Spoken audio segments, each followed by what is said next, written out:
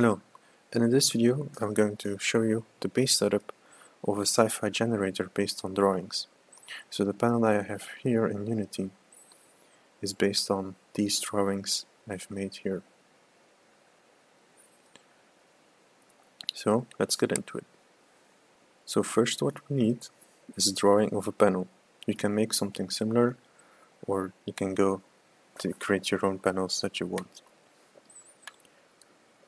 You can also create multiple layers of panels. Right here I have layer 1, 2 and a detail one. So layer 1 will be representing the top part, and layer 2 will be representing a support parts for the panel. So once you got some panels, we can jump into Houdini and we can extract the information from this PSD file. So first of all, start with a geometry node, and in here you are going to use the PSD trace node. Also, if you were not able to see these nodes, you can go to the Game Dev Tools and click on Update or Install the tools. So once you got this, we can select a file and we can give it the file. Then we can add a layer to extract. So I'm going to click on the plus icon and I want layer 1, which is this shape, which is of course similar to the shapes I have here. You could also see that the tool is going to add some of the vertex colors based on the drawing, but we're not really going to use that. Then we have some threshold value. So if I increase this, we can see that it's going to filter out based on the grayscale values.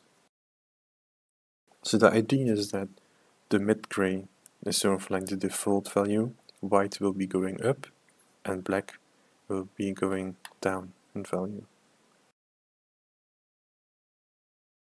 So later I will have to extract these values, as you can see. If I zoom a bit closer in, I can see that some of these shapes lost a bit of their main form. Like in here I can see that they are more perfectly 90 degrees, but in here it lost some of their shape. So we can go in advanced and we can lower some of the resample steps, and we can see that it's going to get a bit better.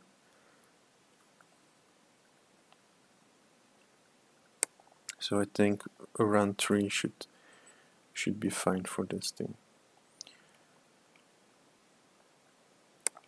What I can also notice here then is that it's getting quite a bit low poly, and I don't want that. I want to create first of all something that's accurate to what I have drawn. So I'm going to use the align point threshold, and I'm also going to lower this a bit, and you can see that it's getting more rounder. So if I would disable the points again, you can see that it's nice and round now. So then I'm going to repeat the step for the based on the grayscale values. So I'm going to change the threshold. So I know that other values are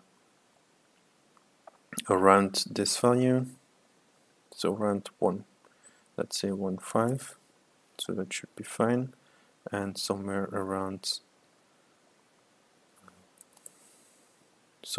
this value, so 0.35, and this is then the default. So I'm going to add one and layer 1. So we can say layer 1, or what we can also do is we can drag this in here and we can say relative channel reference, and then it's going to create a reference to this name. So if I would change this now to layer 2, it will automatically then update both of them. So I'm going to change the layer 1 now. Also these settings I'm gonna see, so 0.44,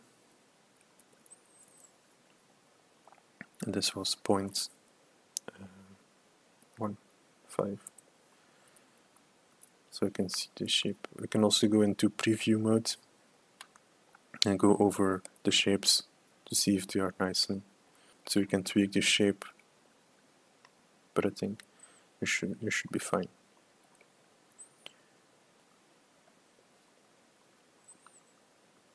So I'm gonna add one more.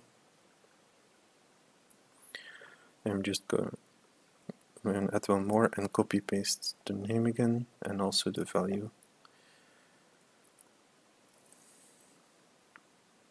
And then go here to, it was 3.5. So we'll go now, this value should be fine. So this is then everything that we need for the top panel. So layer 1. So we extracted everything from layer 1. Now I want to repeat this process and I want to extract the information from layer 2. So we're going to just do the same here, only for layer 2.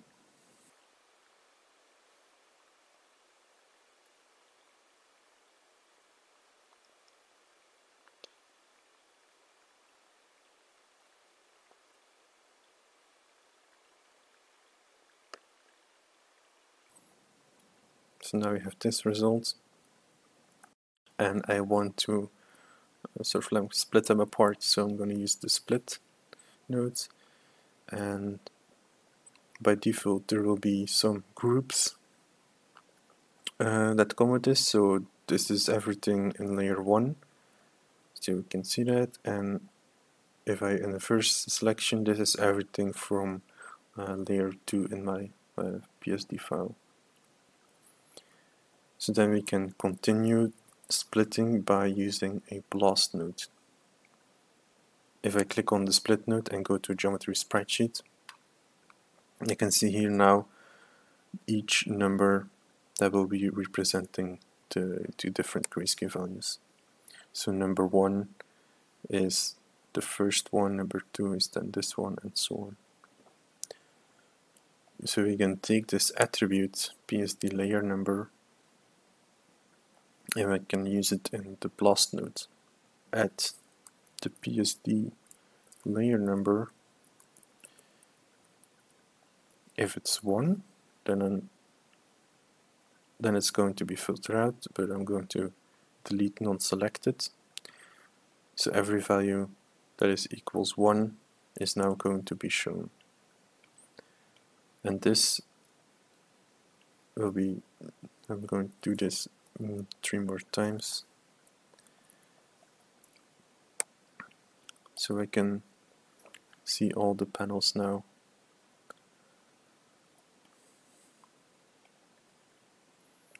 And I will also have to continue for the other side, which is the layer 2.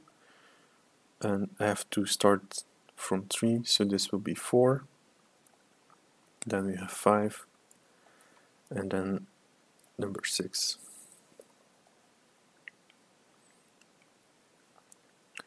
Then, so this is just the planes.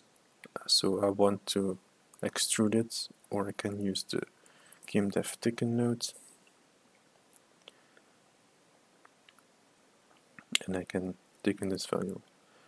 I also might be able to scale the panel, so I'm going to scale it by 5 now, so we don't have to work with super small values. And I can do something like this, and this is a nice value for it. I also want that the panel is on top of the grid. Right now it's like under the grid, so I'm going to use the axis align, and I only want change in the y-axis because that is the up axis here of Houdini. So it always stays on top of the grid. So even if I go back here and change it to 1 or higher, it always is going to align on the grid. So I'm going to copy this, and then here I want 1, and here I want 1.5. Then I can merge the results together. If I select them all, and if I hold the Alt button and click and drag on one of the outputs, and when I let go of my mouse, it'll create a merge node for you. So it's a nice trick to easily get merge nodes placed for you. So you can see that this is already the base of the panels. So you can tweak the depth values if you feel like this is coming out too much. So for example, to 5 may be better. I can also do a transform node, and this can be used then as I could use this then later on as overall scale of the panels. What I also see here is that these shapes are not aligned that great, so I can go back in the PSD file, and if I go back to this layer, my second layer, I can expand the shape a bit. So I'm going to expand it by 1, and I'm going to reload it. We can see that it's now aligning way better, and we don't have that line there.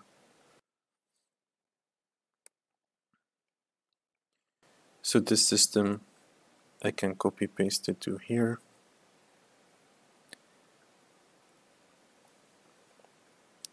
and connect these, and then we have the other result. And these again can be merged by holding the Alt key, and I can play around with the transforms nodes to lay them on top of each other. And you can already see the base shapes of the panel.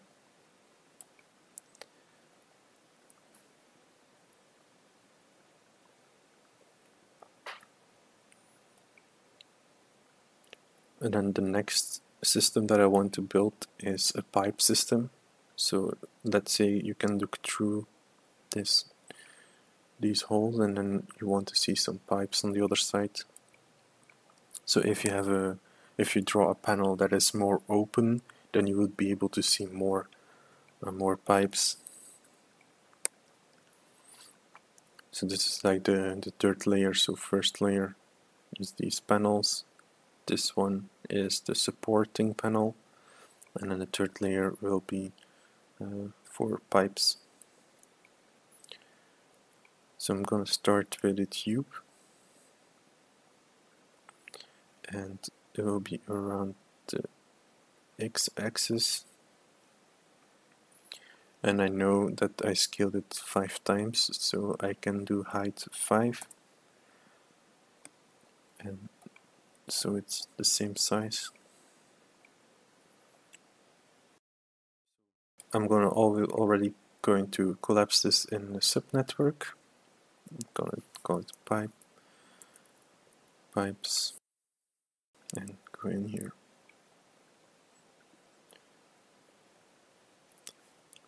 So I'm going to build a system that places pipes next to each other, and if they would change size, they would still fit next to each other. And for that, I'm going to use a loop, a for each loop. So if I type in for each, with feedback. I'm going to use this one, and this is going to loop based on this number. And I also want to change the gathering method from merging. For now it's going to loop 10 times on the nodes that are in this for each block. So if I enable the points, we can see that we basically have 10 times this model now, because this is the only thing that is in the loop now. So what I want is I want to create a system that calculates a point that is sitting next to this pipe. And I will start by using the bounds, and this will calculate the bounds of an object. So if I would change the radius, you can see that the bounds are moving with it. So right now I want to select this side, and no matter what the size of this tube will be, number 2 will always be here. So that's good to know. So I can just manually click it, press delete, and invert the blast. So I have this node in. Then I want to fuse it, and I'm going to bring in a big value like 50, and I will be disabling the remove repeat vertices. And if I enable the points, I can see that there is a point now here being created in the middle of this plane. And this point is exactly what I needed. So this is the point on the side of each pipe. So each loop will be calculating a point that's on the side. So now I want to create some more pipes, so I can copy paste this one, and this one may be smaller, this one maybe even smaller again, and we can also have one that's way bigger than the other ones. So we have 3 variations now. So I'm going to use a switch node then. And with the switch node, I want to switch from randomly between these geometry. So I need a copy stamp node for this. And my points are this input, and my first input is the geometry. So when I put this in here, you can already see that it's kind of working. The only thing that I need to keep in mind is that the point, if I view the point again, the point is on the side, and if I copy a model, it's on the center that I copy the model. So if I again take the aligning, and no change in this one, but I want to use the min value here, it should be copying them next to each other. So right now it's taking only the first input. So if I go here and make some adjustment to the radius, you can see that it is going to fitting next to each other. But of course I want some more randomness, so I'm going to use a random attribute, and I call it here index. And I want to change from uniform continuously to discrete, and I want to change it to dimension 1, because then it returns one float. So if I go to the sprite sheet and to points, I can see my index is now number 5. So this number will be representing the number of what model to use in the switch node. So right now I have 3 models here, and they go from 0 to 2. So here from 0 to value 2. This index created, I can use this in the copy node here and enable stamps. Then type in here index. Then going to the switch, we want to get the information from the copy nodes. So I want to access the stamp value. So this is in the copy node. And then the information that I want is index. And then the last value is the default value. If something goes wrong, it will take always input 0. But we still see here that it's taking always this one. And this is because of the seed value. Because every time it's the same number. So if I change the seed value, you can see it's going to change here. So what I need to do is I want to access the current loop number or iteration number. So I'm going to move this bit here. And in the first node of the loop, I can create the meta import node, which will create this node. And here, this has the information about the iteration number. And this is a detail attribute. So going here in options and pressing detail, because we want to access the detail. So we want to get the information from the repeat metadata. Open this menu. And we want the iteration number. So iteration and 0.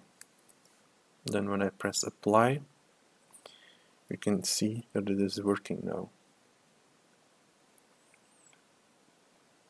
So if I make a change here now in size, you can see that it's fitting nicely with the other ones.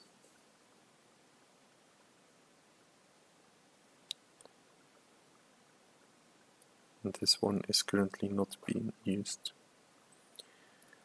We can improve this a little bit more by making it more random and using the random expression. So now it's more randomized. Further, you could use something like number of frames by typing $F and press apply.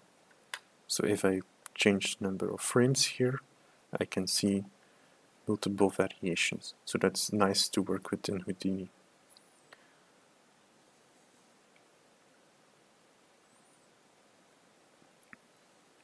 Also notice that the beginning shape is actually not included. So I'm just gonna merge it here afterwards.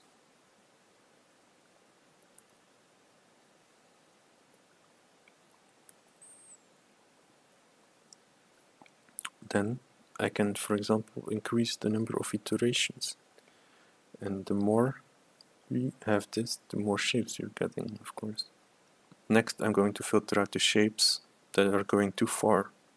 So a method of doing this could be assembling the geometry.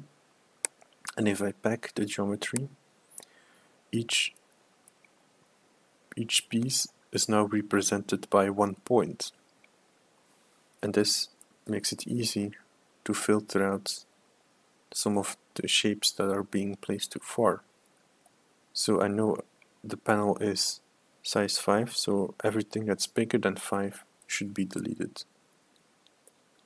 So I can use the point information in the spreadsheet here. So if the value is bigger than 5, everything that's bigger should be deleted. So we say add point.c, because they are aligned around the z-axis, If it's bigger than 5, you can delete them. And you can see it's not really working now, but if you change the group type to points, we are now taking all the points that are in the range of 5. To work again with this geometry, we have packed it here, and we need to unpack it back again. So this was just temporarily for filtering quickly out the shapes that we don't need. Then what I want to do is to add some more details. I will be creating another loop, and this one will be for each connected piece. So we're going to loop over all the shapes individually. So 7. So we can see here, starting with this one. So I want to have some rings on the pipe, and I will be using transform. What I want to do is I want to first center an object. So this is something that I made customly.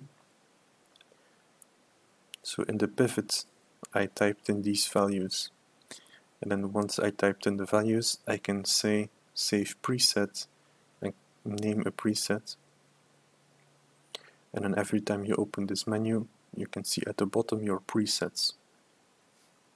So what I want to do is scale this down to actually 0 and 0, and the reason for this is I'm going to do a scatter node now, and you can see it will create points in the middle of this object.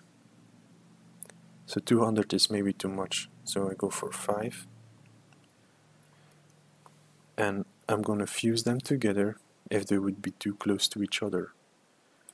So I will be using value 0.2, and then changing the seeds here will create some variation. So if I put this in the output here, we can see all the points that's being created in the center of each one of them. And that's why I needed this pivot translation. So they are all nicely in the center. But you can see that the points are now placed on all the same positions. So we'll be using again the meta import node, and in the seed value we can again type in the detail, and we want the detail from the for each metadata, and we want the iteration and 0. And then you see that it's now more different. And again we can improve this by making it more random and adding number of frames. But in here I can just, for example, add number of frames. So if I change this, it's more randomized. So what I can do next is use the base shape that I have here and use it in a transform again.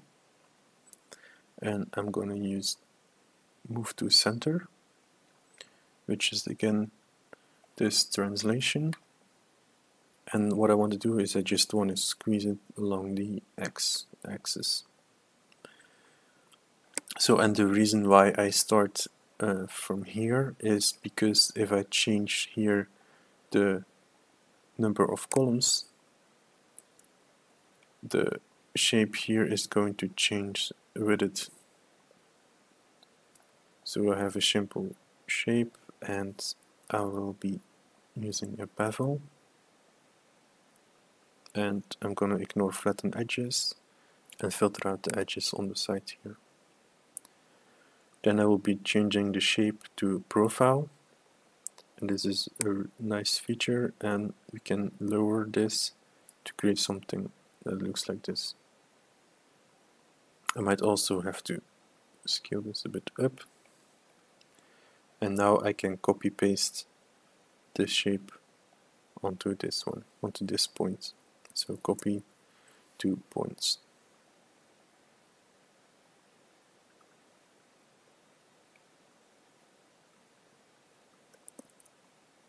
Then I have to merge with the original. And then we have this system. If I slide the timeline, we can see how much variations we are getting. And even though if I go here and I want lower resolution, well, we can see here that the poly bevel is not holding up this correctly, so I can go here and increase this a bit more. So you can also scale, so maybe these ones may be too large for now, so I'm going to scale them down so get some variation there. We can also build more variation in the models that we copy. I can actually use this system here that I used here, so I can copy this and use it also here. So of course we are now going from 0 to 2, and right now I only have 1, so you see like a small warning here. You can reference the amount of inputs in here. If you type in OP, is operator number of inputs, and then you just reference the switch nodes, and that should do it. But this will return 1, and the current value here is 0, so we actually have to do -1 in here. And we can see the small warning here is gone. So if I create a copy of this, you can already see we have some variation in there. So for example, I can make this one smaller and this one make it maybe bigger. So it's more variation in there. And then this is then ready to merge here with the system. So now we have the pipes, and we have to move these pipes in a better place. What I can do is, using the axis align again, and it's now more in the center, and I could actually see that on the y-axis, which is up and down, take the maximum value, so it's always under the grid.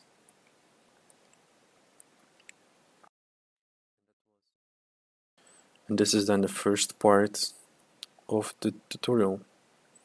In the next part we'll be more cleaning up the shapes and creating a high poly and low poly.